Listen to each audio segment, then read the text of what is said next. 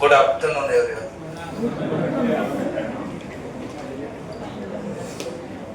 ચલો 10-15 મિનિટની વાત છે તો આપણે કહી દીધું ગુડ આફ્ટરનૂન.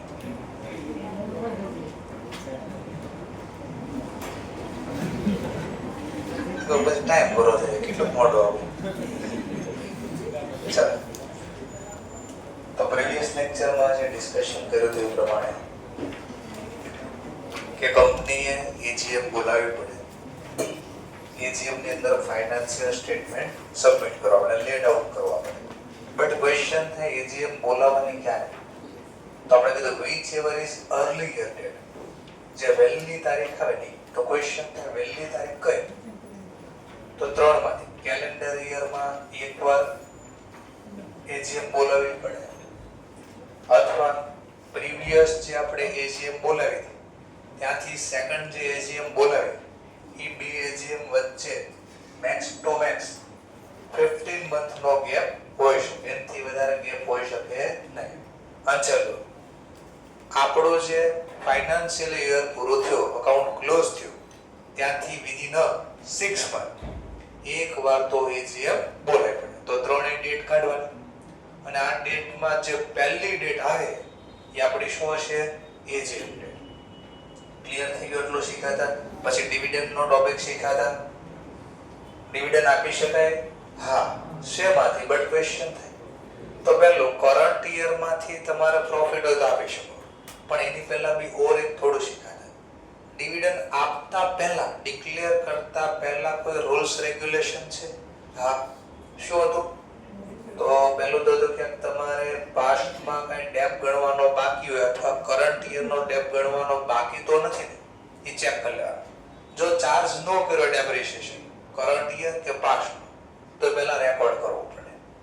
સેકન્ડ ટોપિક હતો કે પાસ્ટમાં તમે ડિફોલ્ટ થયેલા ન હોય, એટલે પાસ્ટ કરતા કહો તો અત્યારે ડિફોલ્ટમાં ન હોવા જોઈએ, એટલે ક્રેડિટર લોકોને પેમેન્ટ આપવાનું બાકી ન હોવું જોઈએ. ત્રીજું કયા તો અમુક પર્સન્ટેજ, સર્ટેન પર્સન્ટેજ તમારે ટ્રાન્સફર કરવા પડે. શેમાં ટ્રાન્સફર કરવા પડશે? રિઝર્વમાં. એટલે ફ્યુચરમાં જ્યારે ખર્ચો કરવાનો થાય તો બધા રૂપિયા આપણે પાર્ટી ન દીધા હોય. ચલો 3 કન્ડિશન. ચલો ઓકે, ફૂલફિલ થઈ ગઈ. બોલો હવે ડિવિડન્ડ આપી શકાય? હા. કેટલો? ક્વેશ્ચન થાય. જો એટલો તમે ટ્રાન્સફર કર્યા પછી 3 કન્ડિશન ફૂલફિલ કર્યા પછી કરંટ યરમાં જેટલો ડિવિડન્ડ આપવો એટલો આપી શકાય કરંટ યરના પ્રોફિટમાંથી. બટ તમે કહો નહીં, એમ નહીં, કરંટ યરના પ્રોફિટમાંથી ડિવિડન્ડ નથી આપવું. કયા યરના પ્રોફિટમાંથી આપવો છે? પાસ્ટના, પ્રીવિયસ યર. ટૂંકમાં પ્રીવિયસ યરનું ફ્રી રિઝર્વ યુઝ કરવું છે તો કન્ડિશન કઈ છે? હા. કેટલી કન્ડિશન? 3. ત્રણે 3 કન્ડિશન સેટિસ્ફાઈડ થાય તો તમે ડિવિડન્ડ ડિક્લેર કરી શકો. પહેલી કન્ડિશન મેક્સિમમ કેટલા ટકા વિથડ્રો થઈ શકે? 10%. પણ ક્વેશ્ચન થાય કોના 10%? Paid up share capital, free reserve. વળી ક્વેશ્ચન પેઇડ અપ નો મતલબ ઇક્વિટી શેર કેપિટલ ઇન્ક્લુડ થશે, પ્રેફરન્સ શેર બી ઇન્ક્લુડ થશે. એટલો ક્લિયર? સરસ. ચલો સેકન્ડ કન્ડિશન પાસ્ટ નો તમારો 3 યર નો જે ડિવિડન્ડ નો રેટ છે એના કરતા કરંટ યર નો ડિવિડન્ડ નો રેટ ઓછો, બિલો હોવો જોઈએ. આપણે બિલો એવો બિલો હોવો જોઈએ. ચલો નેક્સ્ટ પોઈન્ટ. ત્રીજો પોઈન્ટ, થર્ડ કન્ડિશન હતી after dividend amount withdraw. Dividend ના રૂપિયા વિથડ્રો કર્યા પછી ફ્રી રિઝર્વમાં કેટલા રૂપિયા રિમેઇનિંગ બેલેન્સ હોવી જોઈએ? તો કે 10%. ફરીથી 10%, 15%, 15%. બટ ક્વેશ્ચન કોના 50%? ઓન્લી પેડ અપ ના 15. પણ ઉપર ઓલા 10% વખતે બંને હતા, પેડ અપ બી હતો, ફ્રી રિઝર્વ હતો. ક્લિયર થયું? જો ત્રણે 3 કન્ડિશન ફૂલફિલ થાય તો તમે પાસ્ટના પ્રોફિટનો યુઝ કરીને ડિવિડન્ડ આપી શકો. આટલો ભાગ આવ્યો તો. ઓર ત્યારબાદ પણ ડિવિડન્ડ કેટલા સમયમાં પે કરી દેવાનો? તો તમે જ્યાંથી ડિક્લેર કર્યો ત્યાંથી વિધિન 30 ડે, 30 દિવસમાં પેમેન્ટ આપી દેવાનું. માની લો 30 દિવસમાં કોઈ પેમેન્ટ લેવા ન આવે તો આપણે તો પૈસા દેવા છે, પણ કોઈ લેવા જ નથી આવતું તો આપણે સેબીને ટ્રાન્સફર કરી દેવાનું. કયા નામે ટ્રાન્સફર કરવાનું? તો લખ્યું છે ઇન્વેસ્ટર પ્રોટેક્શન એન્ડ એજ્યુકેશન ના નામે ટ્રાન્સફર કરવાનું. એ એક અકાઉન્ટ મેન્ટેન કરશે, એમાં એ પૈસા નાખી દેવાના. સેબી આ કેટલા વર્ષ સુધી સાચવે? 7 વર્ષ. કે ભલે કોસ બધા ભૂલથી આવી ગયું 7 વર્ષમાં પૈસા લેવા તો સેબી નાખી દે, પણ નો લેવા તો 8મા વર્ષથી સેબી પૈસા વાપરે ત્યાં વાપરશે એડવર્ટાઇઝ કરવા. એટલે બીજા લોકોને આવું કહે છે એડ કરી કે ભાઈ તમારા પૈસા લઈ જવાના, તમને કોઈ શેર બજારમાં લાલચ આપે એટલા રોકી જો અહીંયા, તો એનું માનવું નહીં. તમારે પણ પોતાની ખુદની બુદ્ધિ યુઝ કરવાની. બધી વસ્તુ હંમેશા ભાડે નહીં આપી દેવાની, ક્યારેક આપણી પાસે રવા દેવાનું એકાદું. ચલો ત્યાર પછી શીખ્યા હતા આપણે જે કંઈ ફાઇનાન્શિયલ સ્ટેટમેન્ટ પ્રિપેર કરશું, કઈ એકાઉન્ટ પ્રમાણે પ્રિપેર કરશું? એક્રુઅલ બેસિસ ને ડબલ એન્ટ્રી સિસ્ટમ. અને ડોક્યુમેન્ટ્સ તમારે મેન્ટેન કરવા પડશે. કેટલો સમય મેન્ટેન કરવા પડશે? 7 વર્ષ સુધી. ક્યાં? 8 વર્ષ સુધી. તો જો એકમાં 7 હતું, એકમાં 8 હતું, હવે મિક્સ ન થઈ. ચલો ઓર ક્વેશ્ચન ક્યાં મેન્ટેન કરવો પડશે પાછું? તો તમારી જે રજિસ્ટર્ડ ઓફિસ છે ત્યાં મેન્ટેન કરવા નથી માંગતા તો કહી શકો કોઈ વાંધો નહીં, બીજે મેન્ટેન કરો, બટ એની ઇન્ફોર્મેશન તમારે પ્રોવાઈડ કરવી પડશે. કોને? આરઓસી. તો જો આપણે જે શીખીએ છીએ એ એક દિવસ આટલા મિનિટની અંદર રિવ્યુ લેવાય ગયો. કેટલા પોઈન્ટનો ડિસ્કશન આપણે થયું. ચલો આગળ વધીએ. હા, એક ઓર બે પોઈન્ટ છે. ફાઇનલ ડિવિડન્ડ ક્યાં ડિક્લેર થાય? એજીએમ. બટ ઇન્ટરિમ ડિવિડન્ડ ઈજીએમ આવશે. ક્યાં આવશે? ઈજીએમ.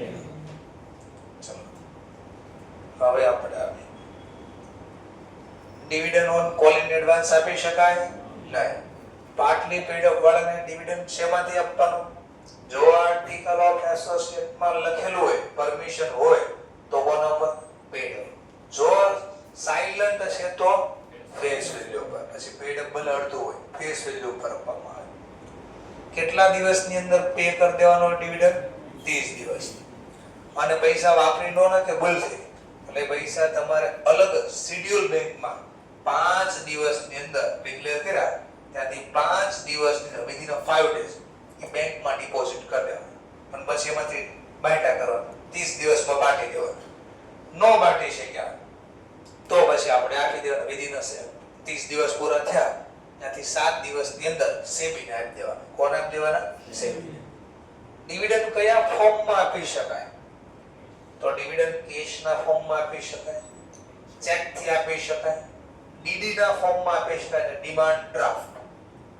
એનો મતલબ એ કેશ છે, માંગે એ પ્રમાણે આપવાનું. અથવા કોઈ પણ ઇલેક્ટ્રિક ફોર્મમાં.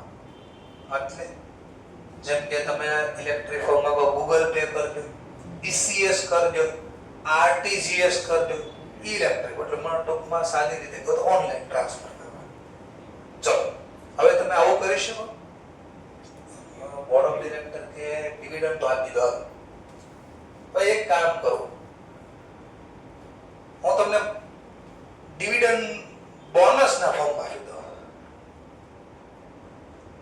આપી શકાય.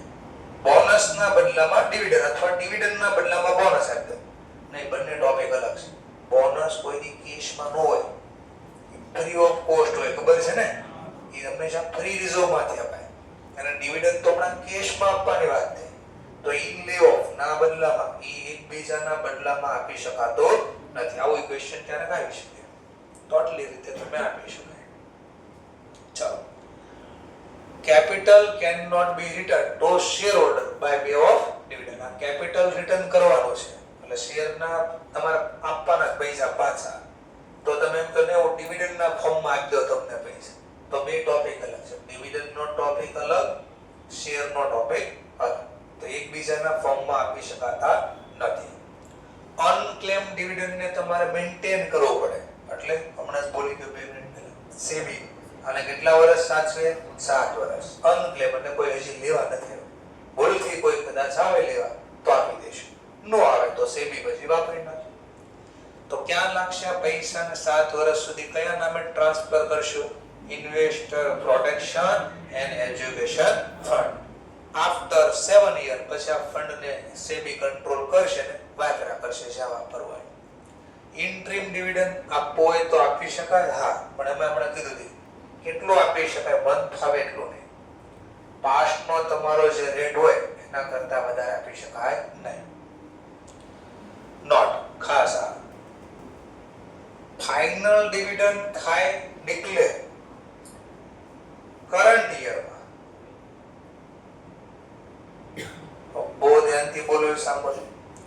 માની લો કંપનીનો વર્ષ આમ છે 1/4/2025 થી ચાલુ થાય, પૂરું થશે 31/3/24 વાળું રાખો એટલે થોડું દેખાય.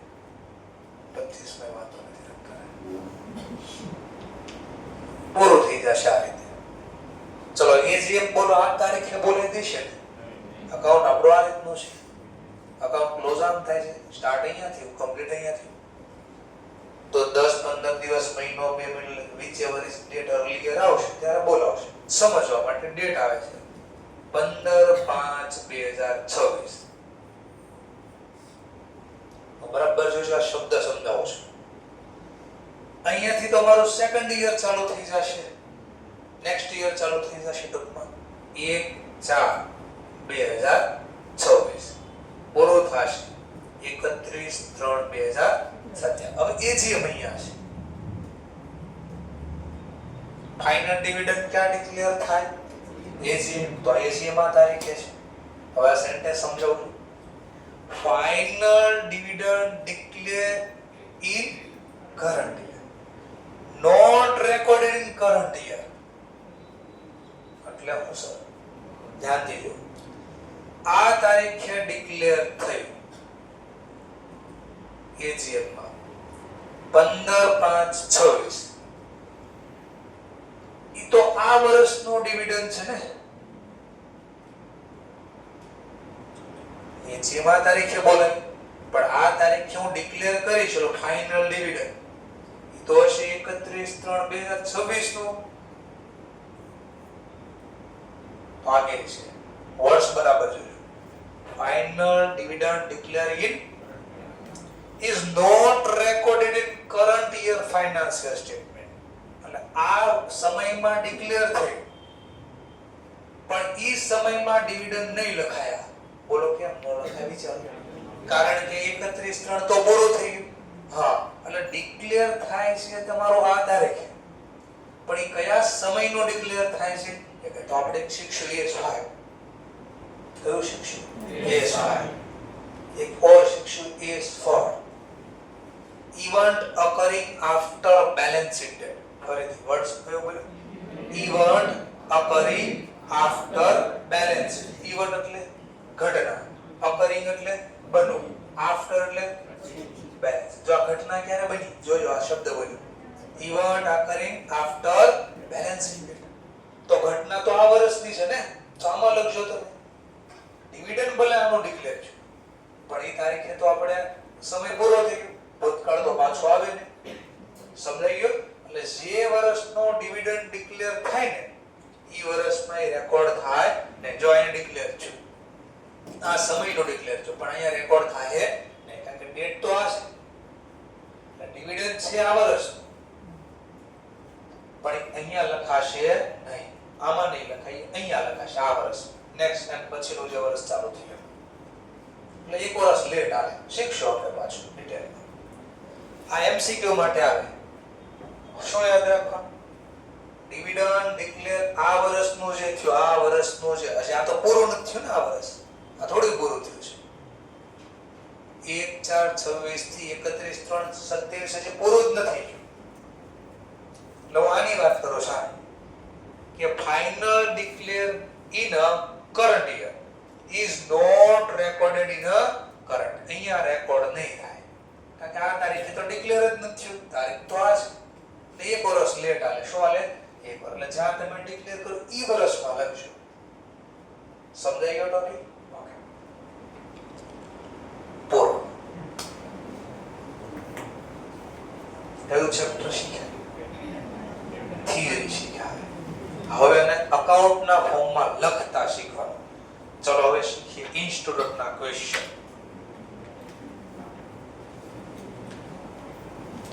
કંપની એકાઉન્ટ ઉપર આગળ વધીએ આપણે. ચલો, તો કીધું છે કઈ કઈ વસ્તુનો આમાં ધ્યાનમાં રાખવાનું છે ને ફાઇનાન્શિયલ સ્ટેટમેન્ટમાં શું આવશે ને બધું સમજાવે છે. ચલો આપણે સીધા ટોપિક ઉપર આવીએ, એક્ઝામ્પલ ઉપર આવીએ સીધા.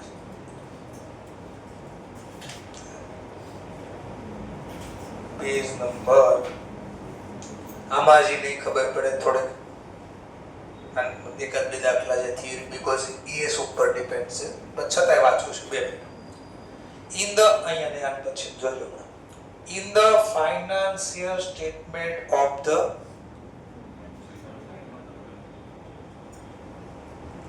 in the financial statement of the financial year 2001-2002, Alpha Limited has a mention in notes to account during the year hours derivative notes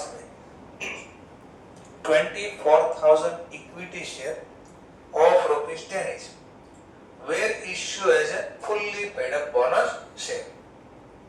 However, which source of શેમાંથી ડિક્લેર કર્યા those bonus were issued has not been disclosed.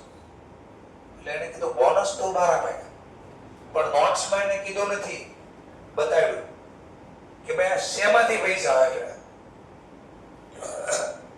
in such a non disclosure એટલે કે આ દેખાડ્યું નહીં તમે કે ભાઈ શેમાંથી બોનસ આપ્યા. violation of the schedule 3 તો કંપની એક્ટ કોમેન્ટ કરી નાખો તો કે ના બીકોઝ આ નહીં સમજે કારણ એનો આપ્યો મેં જે આપણે એ શીખા નથી.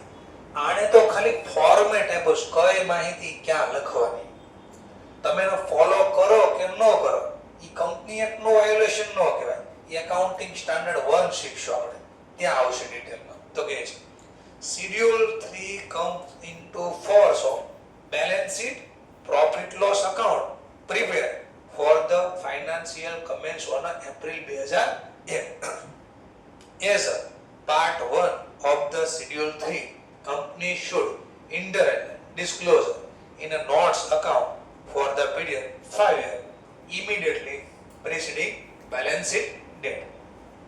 અહીંયા સુધી the aggregate number of class of share allotted as a fully bonus share. Schedule 3 does not require company to disclose source from which bonus share have been issued. તો કંપની એટલે તો ફોર્મેટ આપ્યો છે કે ભાઈ આવી માહિતી અહીંયા લખજો. એને એવું નથી કીધું કે તમારે આવું કર્યું છે તો આને ક્યાંથી ડિક્લેર કરી એ બી બતાડવું પડશે, એવું કીધું નથી. આપણે તો હું બતાડું છું જરા ચેક કરો. પહેલું નામ શું હતું? પહેલું નામ શેર કેપિટલ. બીજું નામ શું હતું? હા, તો રિઝર્વ એન્ડ સરપ્લસ કયા ટાઇટલ નીચે લખાય ક્યાં લખાય એવું કીધું હતું. પણ તમે બોનસ ડિક્લેર કરો એને કેમાંથી વાપરજો એવું બધું એને કીધું નથી. તો આનું કામ તો ખાલી ફોર્મેટિંગ નો હતું. તો આગળ શીખશું એ જ ત્યારે વધારે ડિટેલ ખબર પાછું રિપીટ થાય. એટલે આટલે થોડી વાર રહેવા દો, એટલે ક્વેશ્ચન ઉપર સીધો જાવ. આને થોડી વાર રહેવા દો કારણ કે એસ આવ્યા પછી હા આ કામનો ટોપિક છે થોડું આ શીખ. ચલો example 3. Putra Limited has a following item under the head reserve and surplus in a balance sheet 31 March 2001. એટલે કે છે બેલેન્સ શીટ હતી 31 માર્ચ એના રિઝર્વ એન્ડ સરપ્લસ માં નીચેની વસ્તુ છે: security premium, capital reserve, general reserve, આટલું છે આપણે પાસે. હવે કે છે કંપની હેડ એક્યુમ્યુલેટેડ લોસ, એક લોસ બી છે 250 lakh on a same date, આ તારીખ, which it has disclosed અને આને આપણે દેખાડ્યું છે under the head. કયા હેડિંગ નીચે? Statement on profit and loss. Profit and loss statement as એટલે કે જે લોસ છે પ્રોફિટ એન્ડ લોસ નું છે. આને દેખાડ્યું મેં, આ નામ દેખાડ્યું ક્યાં? As a asset in a balance sheet માં એસેટ સાઈડ દેખાડ્યું મેં. બોલો બતાવી શકાય ને? મેં કાલે જ કીધું તમને કે લોસ હોય તો નેગેટિવ સાઇન કરીને રિઝર્વ એન્ડ સરપ્લસ માં લખવાનું છે. એને આપણે એસેટ સાઈડ લખી શકશો નહીં. તો આને આમ લખવું પડે. મારે નોટ્સ ટુ અકાઉન્ટ બનાવું ને તો નોટ્સ ટુ અકાઉન્ટમાં પહેલું નામ ચાલુ થાય મારો રિઝર્વ એન્ડ સરપ્લસ, જે નોટ્સ બનતી હોય. તો અમે પહેલા લખીશ સિક્યુરિટી પ્રીમિયમ, કેટલા રૂપિયા આપ્યા છે 80, ઇનર કોલમમાં બનાવીશ. ધેન આફ્ટર કેપિટલ રિઝર્વ કેટલું છે 60, પછી જનરલ રિઝર્વ કેટલું છે 90. ચલો એક્યુમેટેડ લોસ હોય ને તો એ બી અહીંયા લખવાનો, પણ ડેબિટમાં ક્રેડિટ એન્ટ્રી પ્રોફિટ ને જમા બાકી હોય, ક્રેડિટ બેલેન્સ છે. ના એક્યુમેટેડ લોસ છે, એસીસી લોસ છે અને ડેબિટ બેલેન્સ હોય. ડેબિટમાં ક્રેડિટ શું થાય લેસ એટલે માઈનસ. કેટલા રૂપિયા છે 250. તો આઉટર કોલમમાં મારે માઈનસ કરીને લખવાનું, નેગેટિવ સાઇન આવે તો નેગેટિવ લખવાનું. બોલો માઈનસ 20. ચલો તો મારે આમ દેખાડવાનું અને બેલેન્સ શીટમાં આ નોટ સ્ટોક આઉટ હતો. હું જે બેલેન્સ શીટ બનાવીશ ને એમાં લખીશ નોટ નંબર જે ચાલતી હશે, મતલબ સેકન્ડ ચાલતી હશે. પહેલી નોટ્સ તો કઈ હશે આપણે શેર કેપિટલ.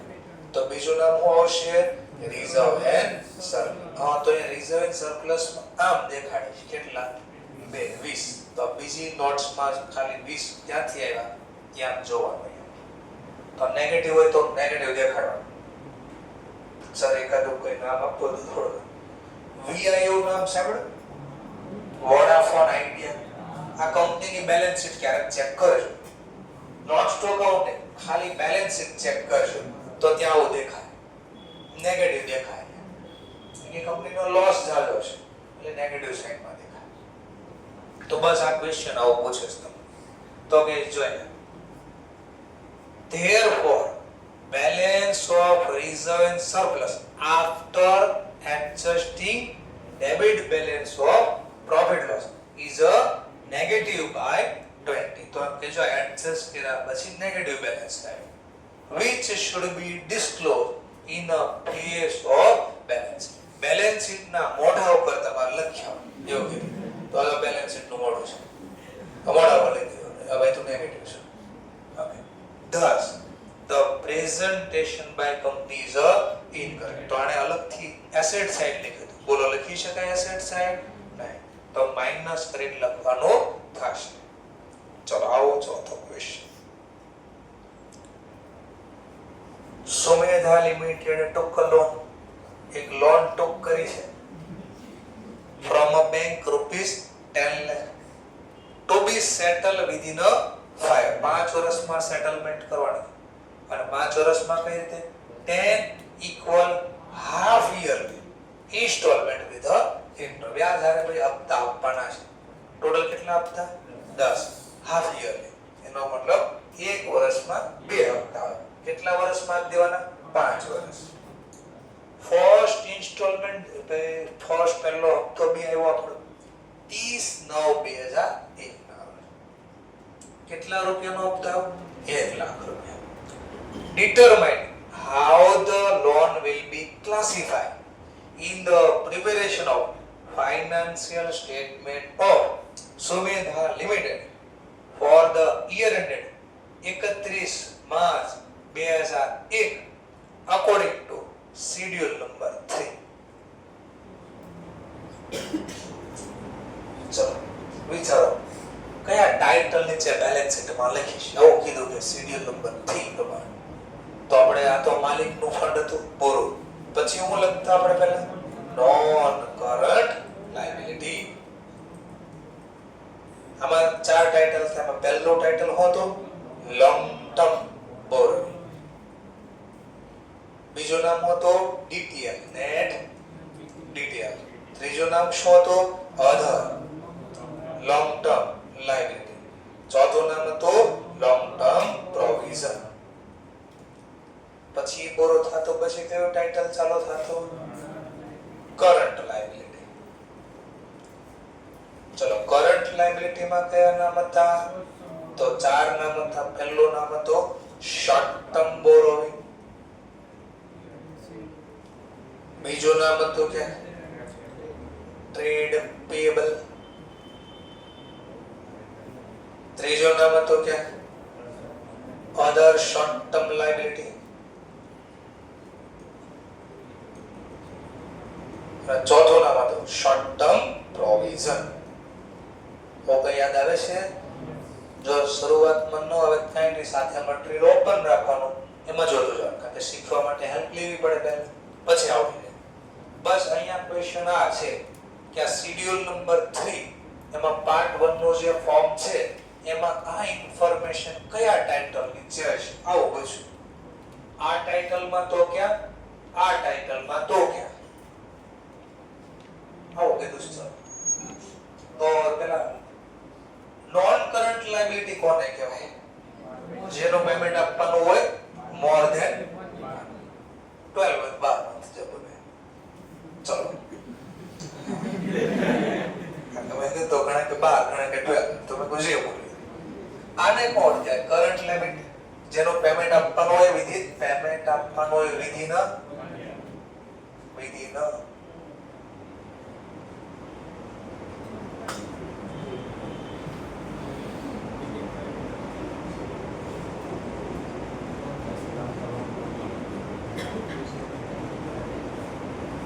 તો એક તો ખબર પડે, લોન તો 10 લાખ ની લીધી અને હજી હપ્તો ચૂકવ્યો નથી, કારણ કે મને તો બેલેન્સ શીટ 31 માર્ચ 2001 ની બનાવવાની કીધી છે. હપ્તો તો મારો 30/9/2001 કહેવાનો છે. પે નથી થઈ ગયો છે, પે કરવાનો છે. આ તારીખે બનાવવાની છે બેલેન્સ શીટ અને તમારો નેક્સ્ટ શેડ્યુલ આ રીતનો છે. તો ક્વેશ્ચન મારો આ છે, 10 લાખ અહીંયા લખો કે 10 લાખ અહીંયા લખો, અથવા 9 લાખ અહીંયા લખો, 1 લાખ અહીંયા લખો.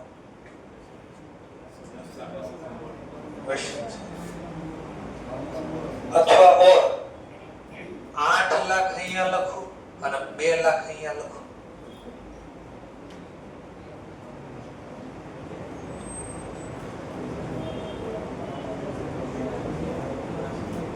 આ 2 માર્ક્સ નો દાખલો એક્ઝામમાં પૂછી ગયો તો તેનું શેડ્યુલ લખીને બતાડજો ક્યાં આવશે. તો એક તો ખબર છે, જો સિમ્પલ 10 લાખની લોન છે, એમાં માની લો આન પછીના વર્ષમાં કેટલા પે કરવા થાય? 2 લાખ. ઓકે, એની સિવાયના બાકીના કેટલા વધ્યા? ઈ તો વર્ષ એક આયાથી 12 મહિના પછી થાય ને, તો ઈ તો એક તો ખબર પડી, ઈ તો અહીંયા જાય, કોઈ બી કાળ અહીંયા આવશે. એક કાળ પૂરો થઈ ગયો, હવે ભવિષ્ય કાળ પૂરો ચાલુ થાય. હવે લાખના 2 હપ્તા ઓરના છે, ઈ અહીંયા લખો કે લખો, બસ આ ક્વેશ્ચન છે. ઓર થોડું શોર્ટ કરી દીધું તમે.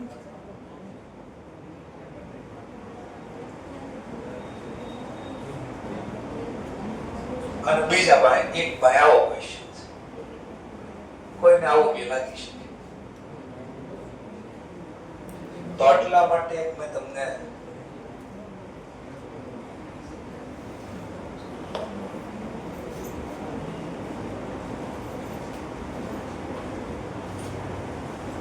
as per schedule number 3 page number 39, liability should be classified as a current liability ક્યારે બોલી શકાય?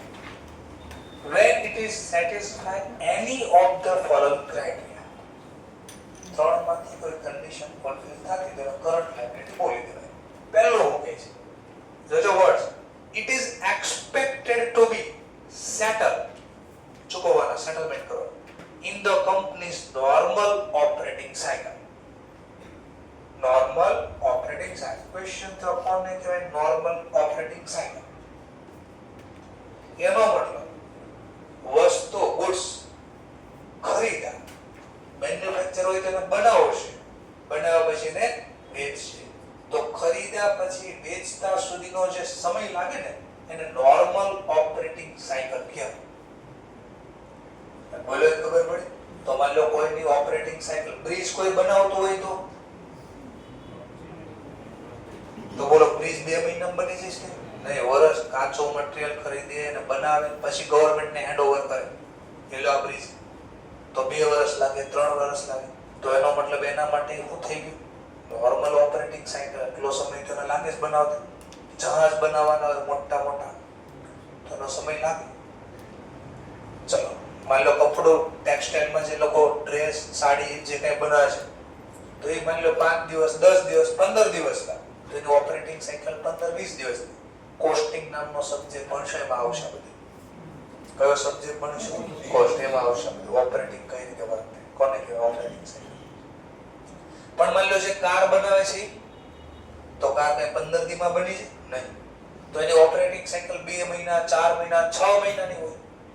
જે બ્રિજ બનાવે છે, જહાજ બનાવે છે મોટા મોટા, શિપ બનાવે છે, ડેમ બનાવે છે તો કે વર્ષમાં ન બને, તો એની operating cycle more than 1 year હોય.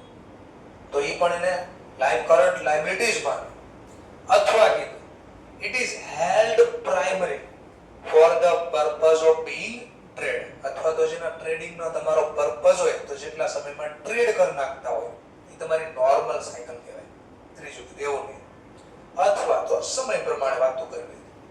It is a due to settle within 12 month after reporting date.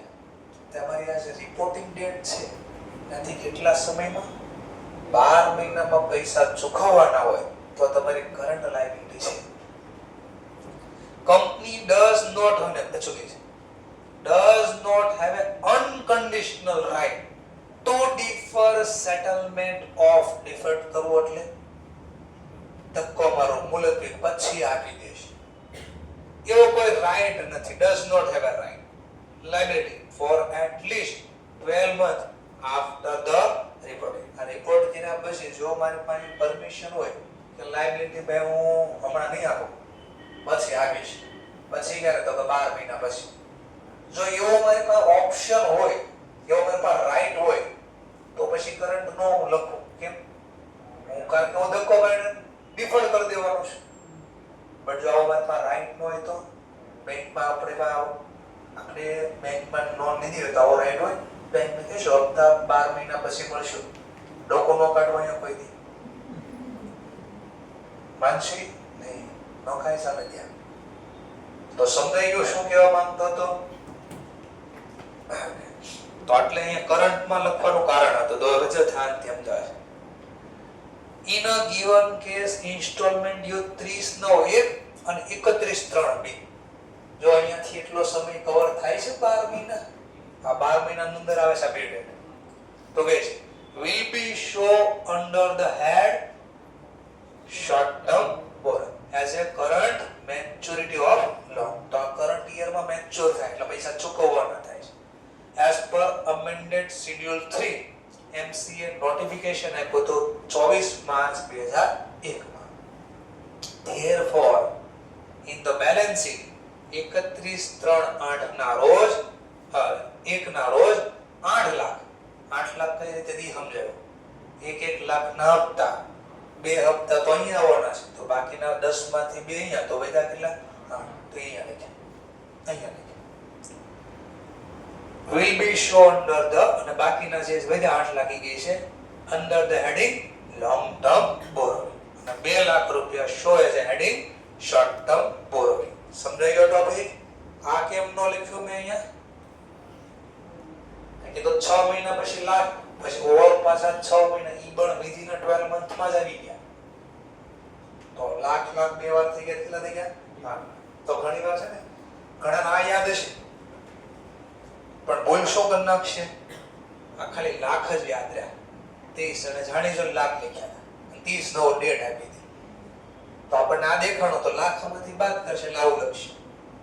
ઓર હપ્તો આવે છે 12 મહિનામાં જ આવી જશે હપ્તો, તો એ પણ મારા હપ્તો અહીંયા કાઉન્ટ થશે. સમજાણો ટોપિક? ચલો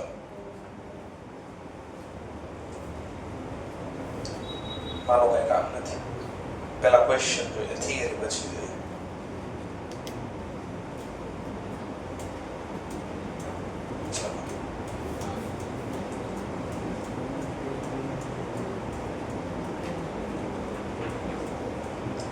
ચલો પહેલો દાખલો હવે. પેલા એક્ઝામ્પલ હતા આ અલ્લુ અર્જુન છે, આ જોવાનું છે આપણે. ડ્યુ ટુ વર્ષ જો આપણો જે ટોપિક ડિવિડન્ડ વાળો તો યાર due to inadequacy of profit એટલે inadequacy એટલે અપૂરતું profit during the year ended 31 March 2002 આપણી પાસે 2002 માં પૂરતો નફો નથી. propose to declare 10% dividend out of general reserve. નફો પૂરતો નથી તોય આપણે 10% dividend declare કરવો છે. શેમાંથી આપવો છે? જનરલ મતલબ કરંટ યર માં P1 માં નફો અપૂરતો છે છતાંય મારે નફો ડિવિડન્ડ આપવો છે તો મેં કયો નફો યુઝ કર્યો? જનરલ એટલે પાસ્ટ નો નફો યુઝ કર્યો. from the following particular a certain amount that can be utilized નક્કી કરો કેટલા રૂપિયા યુટિલાઇઝ વાપરી શકશો from a general reserve according to company declaration dividend rules 2014 2014 no dividend no rules આવ્યો હતો તો કેટલા રૂપિયા તમે વાપરશો એવું કહે છે. તો પહેલા તમને ડેટા આપ્યા. ચલો પ્રેફરન્સ શેર આપણી પાસે કેટલા છે? 17500 એક share 100 paid up capital 17,50,000 8 lakh equity share એક 10 રૂપિયાનો અને 80 લાખ જનરલ રિઝર્વ માં પડ્યા હતા. જો ડેટ જરા ચેક કરો. પહેલા ડિવિડન્ડ ક્યારે આપવો છે? 31 માર્ચ 2002 તો એનો મતલબ વિચારો આ તો આ વર્ષ ચાલુ થયું પહેલાનું છે. આપણું વર્ષ તો આમ ચાલુ થયું છે 1/4/2001 પૂરો થાય છે 31/3/2002 તો એનો મતલબ આ મારો વર્ષ છે. આ વર્ષમાં મારી પાસે નેટ પ્રોફિટ પૂરતો નથી એટલે મારે નફો યુઝ કરવો છે. કયો નફો યુઝ કરવો છે? પાસ્ટનો જેનું નામ છે જનરલ રિઝર્વ. જનરલ રિઝર્વ માં બેલેન્સ જો ક્યારની છે એનો મતલબ આ વર્ષ ચાલુ થયું ત્યારની છે તો આ જૂની બેલેન્સ છે આપણી અને પાસ્ટનો નફો યુઝ થાય. કેપિટલ રિઝર્વ છે, રીવેલ્યુએશન રિઝર્વ છે, નેટ પ્રોફિટ જો નેટ પ્રોફિટ આ વર્ષનો for the year ended 31 March 2000 કેટલો 3 લાખ તો આ વર્ષનો નફો મારી પાસે 3 લાખ છે. ચલો average rate of dividend last 3 year નો કેટલા ટકા છે? 12%. તો કાલે જે શીખવાડ્યું તે પ્રમાણે તમને ક્વેશ્ચન પૂછી કાઢ્યો ડિવિડન્ડ આપી શકાય કે નહીં અને કેટલું આપી શકાય કેટલા વિથડ્રો થઈ શકે. કરો 3 test.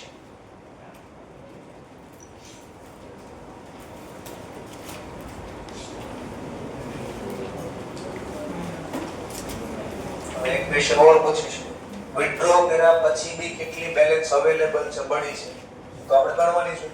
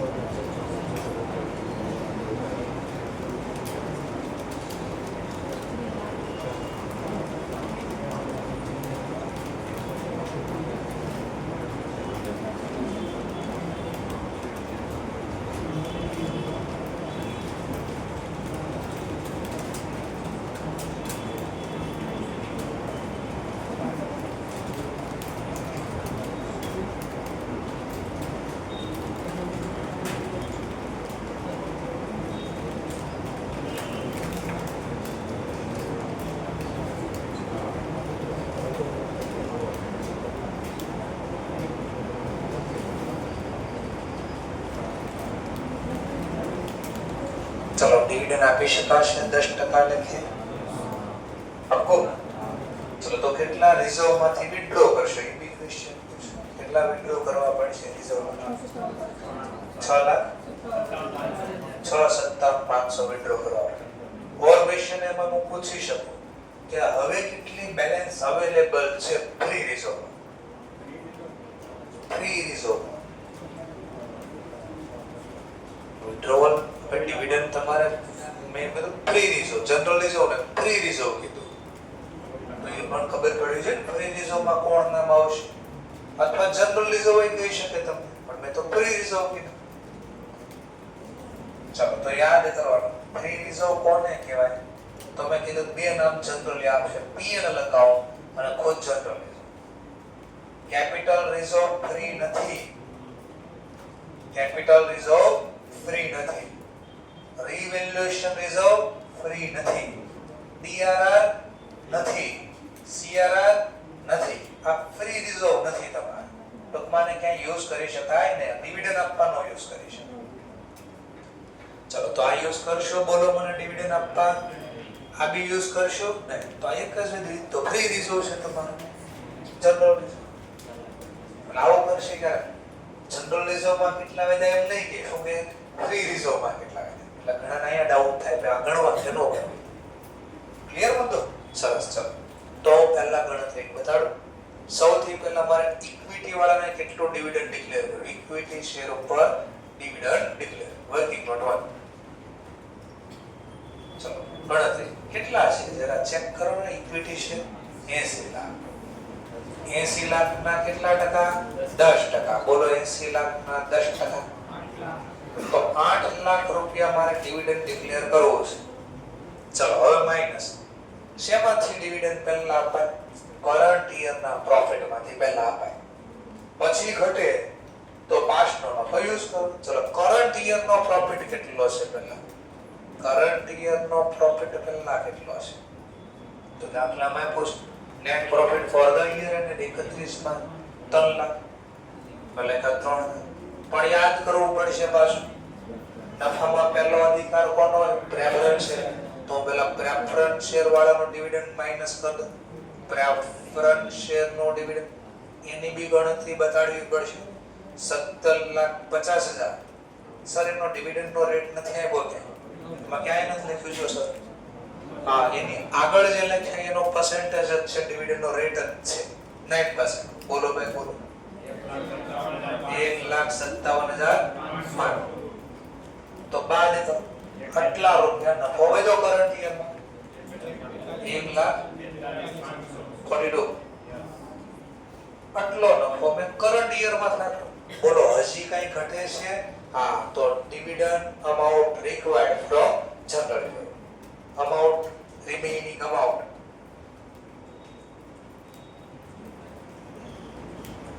required from general reserve. General reserve માંથી એટલી બેલેન્સ મારે જોતી છે. માઈનસ કરીને બોલો 6 લાખ આટલા મારે જોઈતા છે. હવે આટલા ઉપાડી શકાય કે નહીં ટેસ્ટ કરવાનું. જો ત્રણેય ટેસ્ટ સક્સેસ થાય તો આટલા ઉપાડી લઈશ, વિથડ્રો કરી લઈશ. નો સક્સેસ ના પડે બોર્ડ ઓફ ડિરેક્ટર ખોટો જબત કરતા હતા, આવું ડિક્લેર થાય નહીં. ચલો working note one. All 3 condition satisfied થાય તો લખશું. ચલો એમાં ટેસ્ટ પહેલું નામ હતો મેક્સિમમ વિથડ્રો કેટલા છે? Maximum amount withdraw. આની ગણતરી દેખાડવી પડે. ચલો પેઇડ અપ કેપિટલ પહેલા લખવો પડે. 17,50,000 વત્તા 80 લાખ એટલે પેઇડ અપ વત્તા ફ્રી રિઝર્વ. બોલો ફ્રી રિઝર્વમાં કોણ છે? General reserve. કેટલા રૂપિયા? 25 લાખ.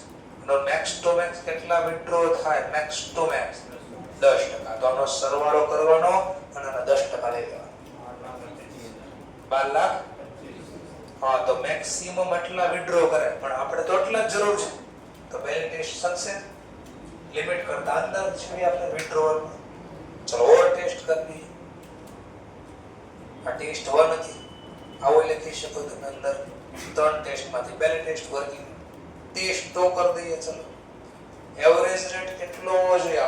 સોરી, કરંટ યર નો ડિવિડન્ડ નો રેટ કેટલો હોવો જોઈએ? પાસ્ટના એવરેજ રેટ કરતા ઓછો. તો ચેક કરીએ.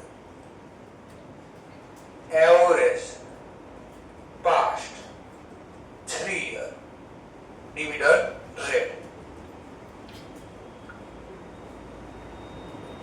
current year dividend rate. જાવ હોય તો સક્સેસ થાય તો જરા ચેક કરો પાસ્ટ નો એવરેજ રેટ કેટલો આપ્યો છે? 12 પાસે. ડિવિડન્ડ મે કેટલો ડિક્લેર કર્યો? 10%. આ ઓછું છે. કરંટ યર ડિવિડન્ડ rate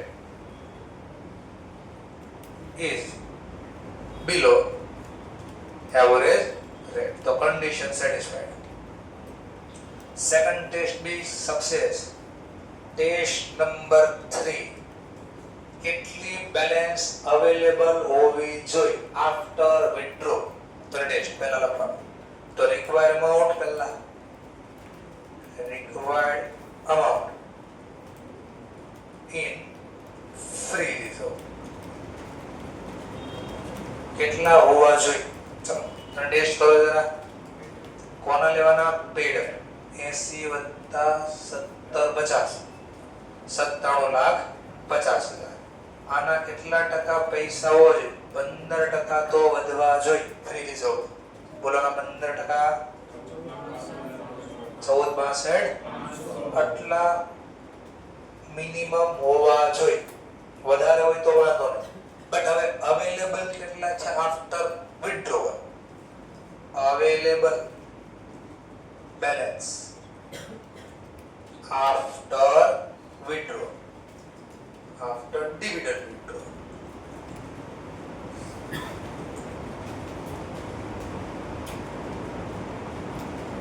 ચલો ચેક કરી લઈએ. કેટલી બેલેન્સ હતી પહેલા ફ્રી રિઝર્વમાં? 25 લાખ.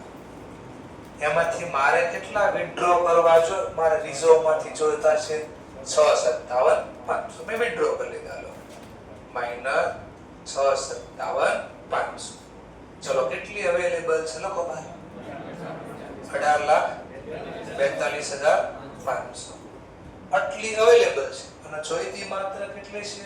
14,62. વધારે હોય તો વાંધો નથી. તો લખો all three condition are satisfied. So company can अथवा board of director. So board of director can declare dividend at the rate 10% and withdraw amount રૂપિયા 657,500 from general reserve. આવું લખી દેવાનું. આ જે મેં ટેસ્ટ લખી આવું જ પ્રેઝન્ટેશન એ સ્ટુડન્ટની બુકમાં હશે. જોઈ લેજો. તો આવ્યો પહેલા કેટલો ડિવિડન્ડ આપવો છે તમારે? તો 80 લાખના 10% કેટલા? 8 લાખ. તો આપણે એવું લખ્યું છે પહેલા આટલા આપવા છે. પ્રોફિટ કેટલો અવેલેબલ? તો પહેલા કરંટ યરમાં આટલા, એમાંથી પ્રેફરન્સ શેરને બાદ કર્યા, વધ્યા કેટલા? 1,42,500. તો આપણે એવું લખ્યું. કેટલી હજી જરૂર છે યુટિલાઇઝ કરવા, વાપરવા છે ફ્રી રિઝર્વમાંથી, જનરલ રિઝર્વમાંથી? તો લખ્યું. તો આપણે લખ્યું remaining amount required from general. Required ન લખો તો યુટિલાઇઝ વાપરવું એટલા જોઈતા છે. તો હવે ઓલે કન્ડિશન પ્રમાણે ટેસ્ટ કરે. કન્ડિશન 1 2 આપણે ટેસ્ટ નામ લખ્યું કે એવરેજ રેટ ઓછો હોવો જોઈએ તો તમે ડિક્લેર કરી શકો. તો હા આપણે લખ્યું. મેક્સિમમ કેટલા રૂપિયા વિથડ્રો થઈ શકે? તો એને ગણતરી દેખાડી 80 75 70 50 ને 25. તો આપણે લખ્યું છે મેક્સિમમ કેટલા ટકા? 10%. અને રૂપિયા કેટલા દેખાડ્યા? 12 25. તો આપણે દેખાડ્યા આટલા મેક્સિમમ વિથડ્રો કરી શકે. ત્રીજી કન્ડિશન પછી કેટલા વધવા જોઈએ? તો એને લખ્યું કે બેલેન્સ રિઝર્વ આફ્ટર વિથડ્રો આટલા વધવા જોઈએ, આટલા વધવા જોઈએ.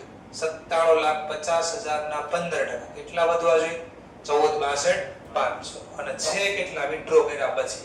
18,42,500. should not fall below 15%. આના કરતા ઓછા ન હોય તો વધારે છે, કોઈ પ્રોબ્લેમ નથી. તો બે રકમ આપણે દેખાડી જોઈએ, ગણતરી કરી કઈ રીતે.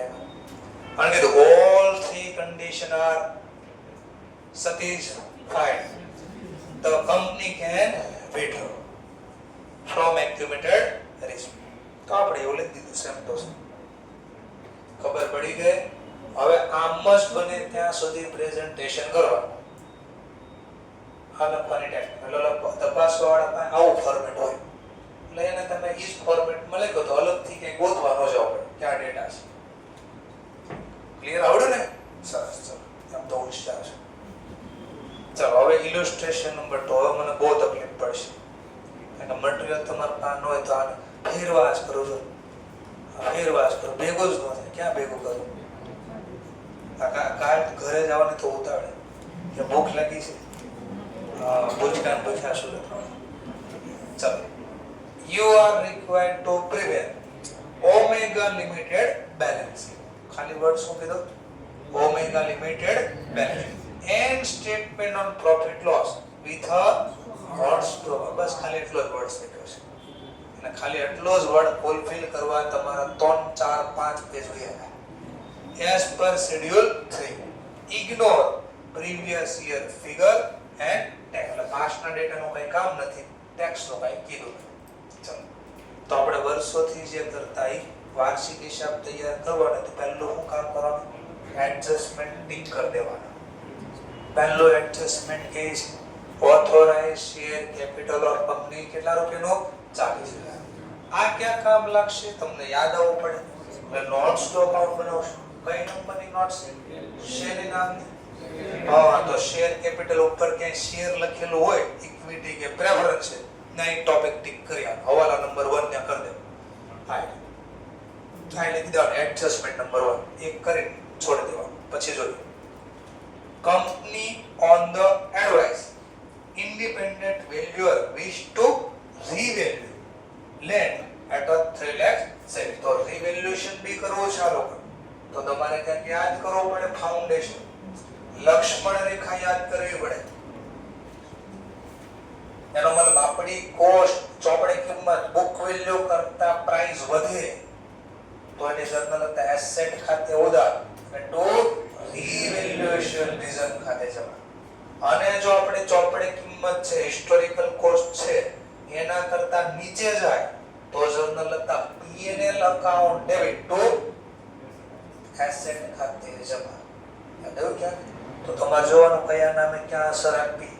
તો ઉપર જોઈ લો બિલ્ડિંગ ક્યાં આપ્યું છે, સોરી લેન્ડ જમીન ક્યાં છે ને અહીંયા ન ગોતાય કોઈ દી, આ બાજુ ગોતાય કારણ કે ડેબિટ બેલેન્સ છે એટલે તો અહીંયા પહેલું જ નામ આપ્યું છે. ચાલો પછી ભાવ વધ્યા ઘટા જે અસર થતી છે આપશું તો. ચલો ત્યારબાદ declare final dividend 10 on 2 April 2002. Balance sheet બનાવો 31/3/2002. Declare 2 April 2000. બેલેન્સ શીટ બનાવો 31/3/2002. કારણ કે યાદ આવતું હોય તો આ ડેટા લખી દી કે સોરી અહીંયા છે. હવે થિયરી પાછી યાદ કરાવી દો.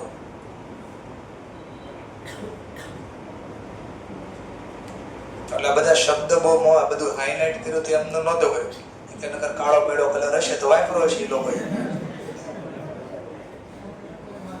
હા ખાસ નોટ કરીને લખતી વાપરો જો final dividend declared in a current year not recorded in a current. તો મારો current year તો આ છે, આ તો ચાલુ નથી થયું વર્ષમાં.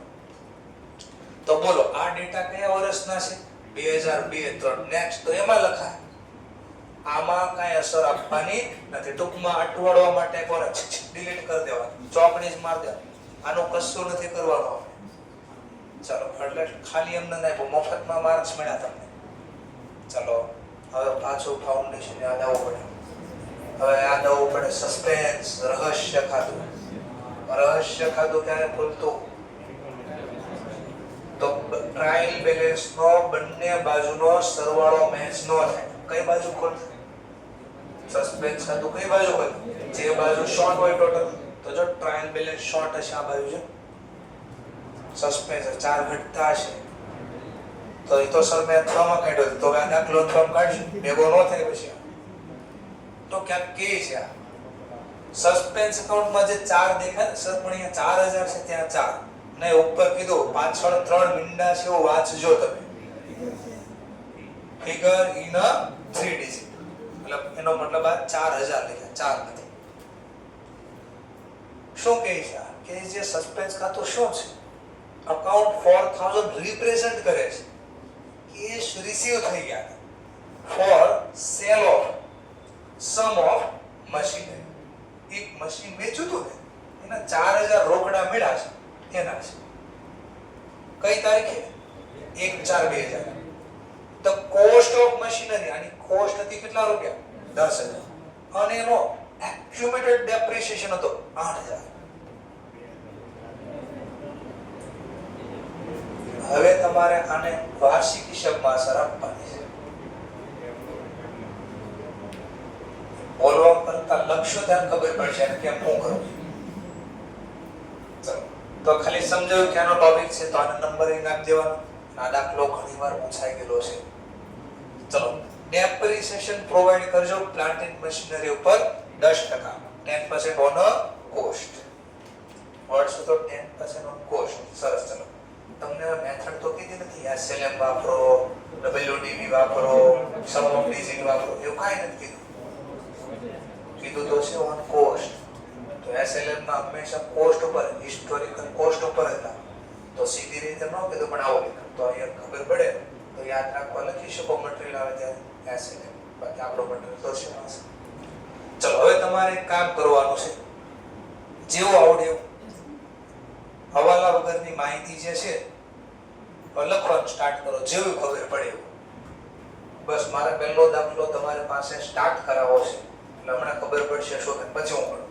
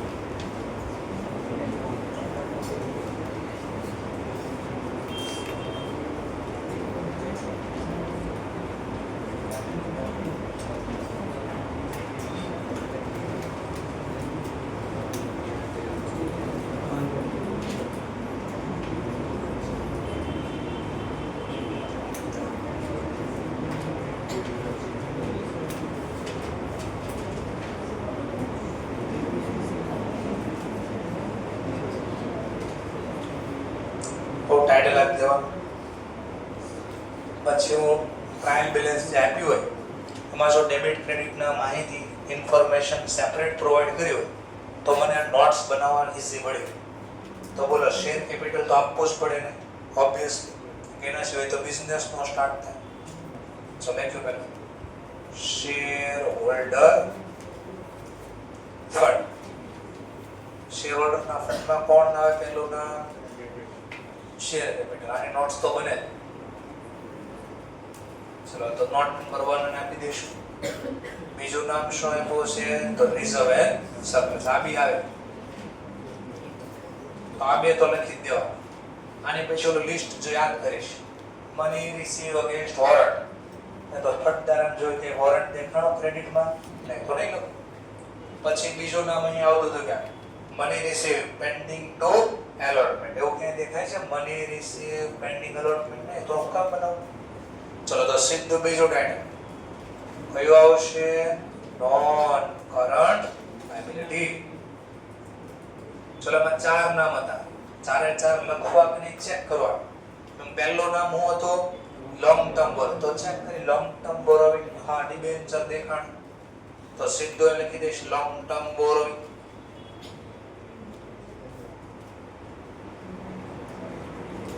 આને નોટ્સ અલગથી બનાવી દઈશ. ચલો બીજું નામ હતું ડીટીએલ, ફટદાર ચેક કરીશ ડીટીએલ દેખાણો નહીં લખવાનું.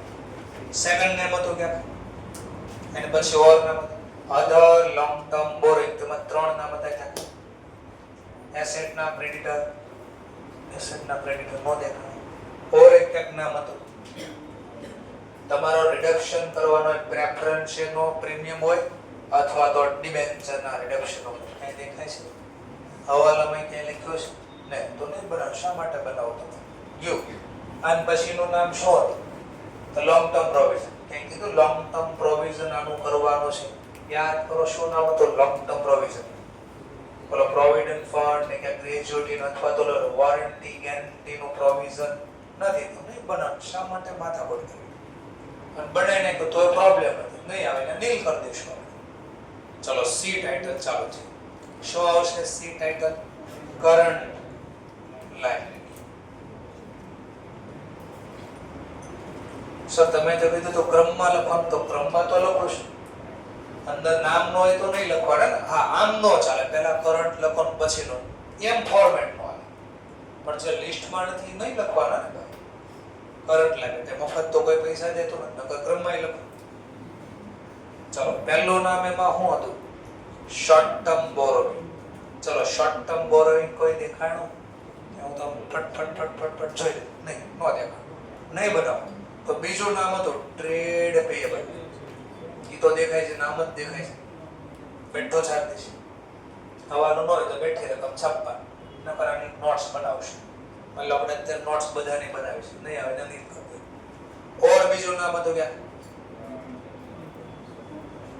અધર કરંટ લાયબિલિટી. શું આવતું એમાં, ચૂકવવાના બાકી ખર્ચા, વ્યાજ ને એવું કઈ આવતું હતું ત્યાં યાદ આવે થોડું.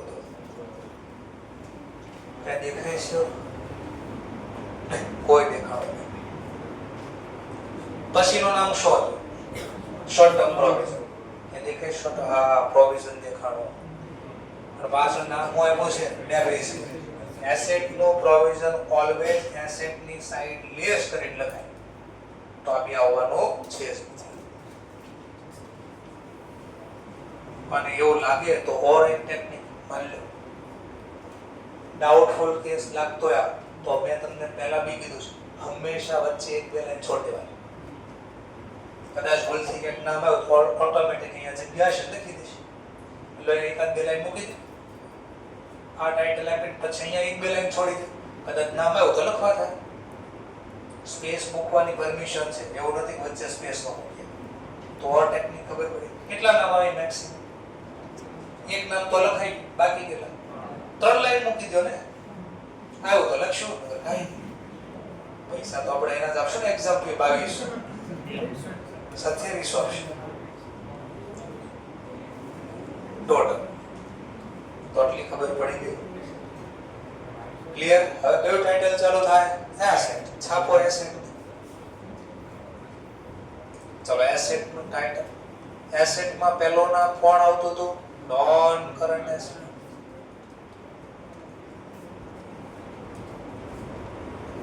ચલો નોન કરન્ટ ના એસેટ નીચેનો શું આવતું હતું, પ્રોપર્ટી પ્લાન્ટ ઇક્વિપમેન્ટ. શોર્ટ માં લખાય. ઇન્ટેન્જિબલ એસેટ, ભાઈ પ્રોપર્ટી પ્લાન્ટ માં ટેન્જિબલ હોય તો અહીંયા સ્પેલ દેખાડો, તો બનાવશું. બીજું નામ શું હતું, બીજું નામ ઇન્ટેન્જિબલ એસેટ. જરા ચેક કરો કે ઇન્ટેન્જિબલ એસેટ છે ને, દેખાતું નથી નામ કોઈ, નહીં બનાવવાનું. પછી ક્યાંક નામ હતું વર્ક ઇન પ્રોગ્રેસ માં ફિક્સ એસેટ ટેન્જિબલ, અથવા વર્ક ઇન પ્રોગ્રેસ માં ઇન્ટેન્જિબલ ફિક્સ એસેટ. તો વર્ક ઇન પ્રોગ્રેસ કે નામ દેખાડો, જવાબ દીધો. પછી આવતું લોંગ ટર્મ, તમારે ક્યાંક નોન કરન્ટ અથવા લોંગ ટર્મ ક્યાંક ઇન્વેસ્ટમેન્ટ કર્યું, એના ડેટા ચેક કરા. ઇન્વેસ્ટમેન્ટ નામ એવું દેખાડો નહીં, ઇન્વેસ્ટમેન્ટ નથી તો નહીં બનાવવાનું. ચલો ત્યાર પછી ક્યાંક નામ આવતું હતું અધર એસેટ તમારી પાસે હોય loan and advance, long term loan and advance. કોઈને લાંબા ગાળાના લોન કે એડવાન્સ આપેલો છે? નહીં લખો. ચલો બીજો ટોપિક. ત્યાર પછી ટાઇટલ ચાલુ થતો આપણું કરંટ એસેટ. કરંટ એસેટમાં શું આવે? તો આમ આટલું હતું તો ડાઉટ લાગતો હોય તો બે ત્રણ લાઈન મૂકી દેવાનો ઈ પોઈન્ટ. ચલો અહીંયા મેં ખાસ કીધું અહીંયા લાઈન મૂકી દેવાનું. શું કામ? થોડી વાર પછી કહીશ. અહીંયા એકાદ બે લાઈન તો મૂકવાની છે થોડી વાર પછી, કારણ કે તમે એવું નામ સાંભળ્યું છે હિડન એડજસ્ટમેન્ટ. ગુપ્તવાળા 11-12 માં જ આવતા. ક્યાં આવતા એ યાદ કરો. વ્યાજ વાળો ટોપિક આવતો, બેંકનો વ્યાજ કાઉન્સમાં ટકાવારી. એમાં ડિબેન્ચર જો 10% કરો તો પાછળ 3 વિંડા છે. 200 ની પાછળ 3 વિંડા છે, એના 10%. તો વ્યાજ કેટલો આપવો પડે? છે વ્યાજ? હા. 9 વધતો 18 વધતો તો ચૂકવવાની એપ્રુવલ કોન્સેપ્ટ બેસિસ લખાય. તો 2012 શોર્ટ ટર્મ માં લખવો પડે. અધર શોર્ટ ટર્મ લાયબિલિટી. સમજાઈ ગયું શા માટે એટલે બોલતો? બે ત્રણ લાઈન નોટ દેવાય. આ રીઝનિંગ મળે. ચલો અચ્છા એવું તો છે બધા. ચલો નામ બોલો બીજું. Current asset.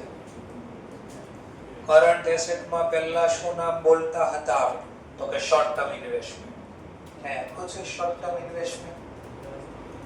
ઇન્વેસ્ટમેન્ટ નહીં તો નહીં લખવાનું. ચલો પછી કયું નામ આવતું હતું? તો inventory. Trade receivable. Trade receivable કે ઇન્વેન્ટરી બે માંથી કઈ છે? ટ્રેડ રિસીવેબલ બી છે, ઇન્વેન્ટરી બી છે.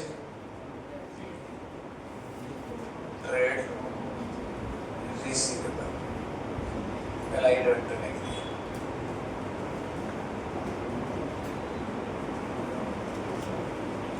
Trade receivable. ચલો એ પૂરો થઈ જાય પછી શું નામ આવતું હતું? CC. Cash and cash equivalent. તો એ તો હોવું છે બેંક નહીં, તો આ તો હોય જ. Cash and cash equivalent. ચલો પછી કયું નામ આવતું હતું? Short term. તમારે કઈ લોન એન્ડ એડવાન્સ આપી હોય તો, સોરી ઇન્વેસ્ટમેન્ટ હોય તો શોર્ટ ટર્મ ઇન્વેસ્ટમેન્ટ અથવા લોન એન્ડ એડવાન્સ બે માંથી કઈ. જો અહીંયા ઇન્વેસ્ટમેન્ટ હોત તો અહીંયા લખ્યો હોત. શોર્ટ ટર્મ તમે લોન એન્ડ એડવાન્સ કોઈને આપો તો અહીંયા હોય. તો અહીંયા બી મેં જોયું નથી. કામ પૂરું તો છેલ્લું નામ એક આવે અધર કરંટ એસેટ.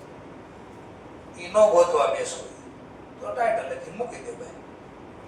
એકાદ બે લાઈન મૂકી દેવાની. કામ પૂરું. આ શેનો ટાઇટલ બની ગયો? Total asset. આ ટોટલ તો ટોટલ હતી લાયબિલિટી, આ તે ટોટલ એસેટ. આટલો બની જાય પછી એક આને નોટ ચાલુ કરજો બનાવવાની. પીએનએલ નો ફોર્મેટ બાકી પહેલા બનાવી દેવાનું. સમજાણું? ચલો આપણો ટાઈમ પૂરો થઈ ગયો છે એટલે આટલો ફોર્મેટ બને આપણે મૂકી દઈએ છીએ. કાલે પાછું અહીંયાથી સ્ટાર્ટ કરશું. Thank you.